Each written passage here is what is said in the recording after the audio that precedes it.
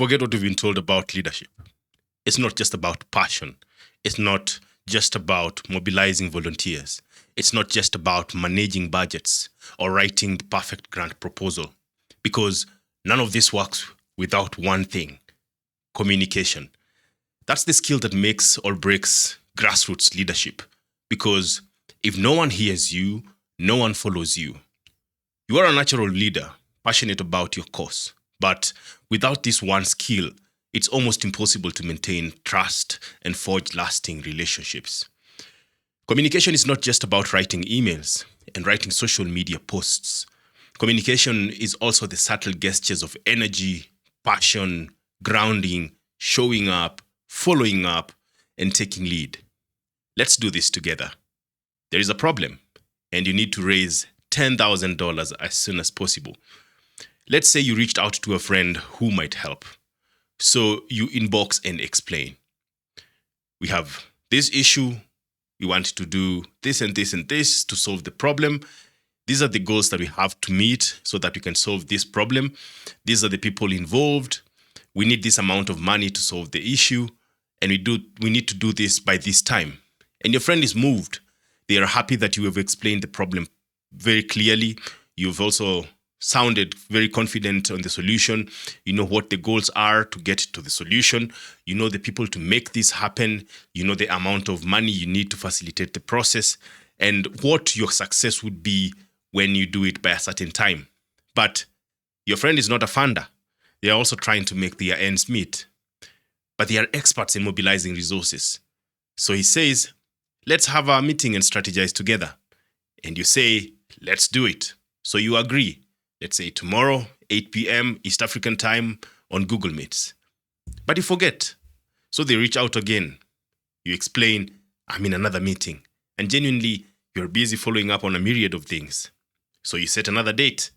Same thing happens. Your schedule is too tight. Your friend gets frustrated, but they try one more time. And the same thing happens.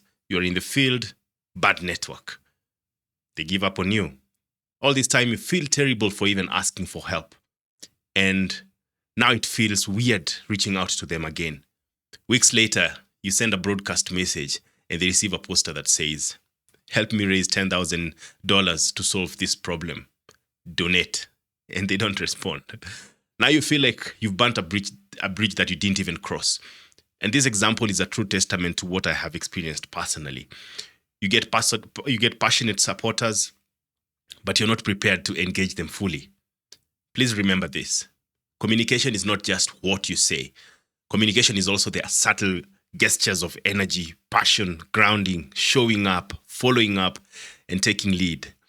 And my colleague always said, Jeremiah, anyone can do the cool tech work. Anyone can write the code. Anyone can schedule social media posts. Anyone can design a website.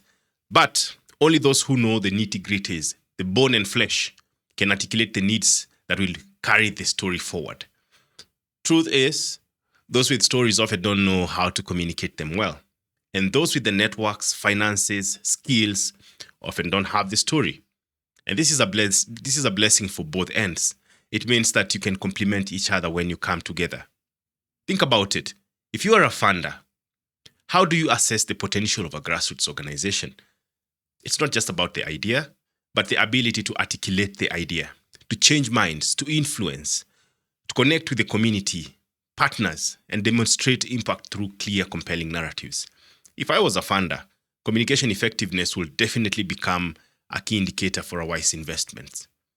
To grassroots leaders, frontline workers, campaigners, how many brilliant initiatives have stalled due to miscommunication, due to lack of engagement, or lack of an ability to reach the right people? My guess, and I think this is true, a lot of initiatives. Most innovative solutions will struggle to pick up if they are poorly articulated or fail to resonate with the intended audience. Learn to tell compelling stories.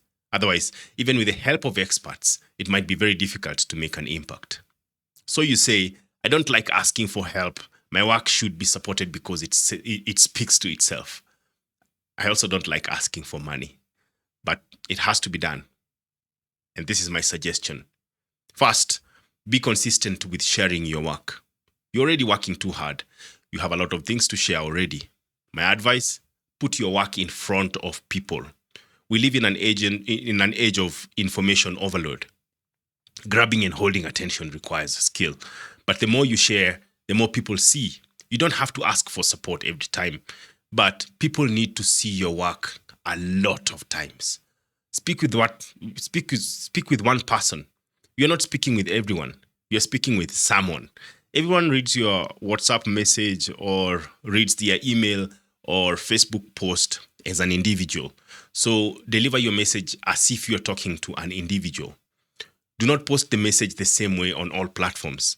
Think about the people in those platforms. What are they looking for in those platforms? How you post on X should be different from how you post on LinkedIn, same as TikTok. Most importantly, once you begin conversing with an individual, put in mind that you're not broadcasting to hundreds of people. Talk to that one person as you would do in a face-to-face situation. Be yourself. Show your energy, your personality. Avoid big words and NGO jargon because no one talks that way either way in real life. So say what you want to say as you'd say it in real life. Don't get me wrong, and I don't mean be casual. I'm just saying try speaking naturally. Be authentic to yourself first. Speak your truth. People know when they are being sold to. Just speak your truth.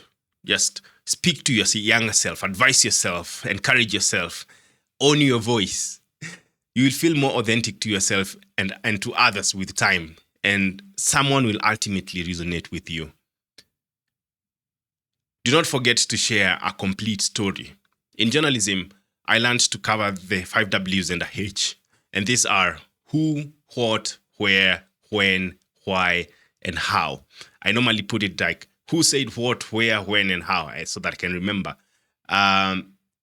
This could be tick boxes to ensure that the story is all rounded with the least number of words possible. And do not forget to add a call to action. What you're posting needs to have the next step. What do you want your audience to do? Here are examples of calls to action I would recommend you to use in your messages. Donate, share, subscribe. Embrace multimedia communication. Say this on radio, say it on television, say it on TikTok, say it on Instagram, say it on LinkedIn, say it on Facebook, WhatsApp. You get what I mean. The more avenues you use, the wider the audiences you reach. I understand that this is easier said than done. Posting consistently on all platforms is not easy. And I'll discuss this on a later newsletter so that we can think together on creating a system that works to make sure that you can post consistently on many platforms. Many funders support organizations. And when they support these organizations, especially those that prioritize communications, they are also amplifying their return on investment. You are empowering these people to build stronger relationships, to mobilize greater resources, and to achieve sustainable impact. And for grassroots leaders, investing in communication is investing in the future. By honing your skills, you can attract more volunteers, you can secure more funding, and you can drive a bigger change. So watch out for weekly tips, watch out for resources and case studies on effective grassroots communications. We are looking for partners also. If you're interested in working with us to boost frontline leaders' communications, please reply or reach out to discuss partnership opportunities. I hope that all this was helpful. Enjoy your weekend. My name is Jeremiah Kipainoi, and this was the Keepcast. See you in the next one.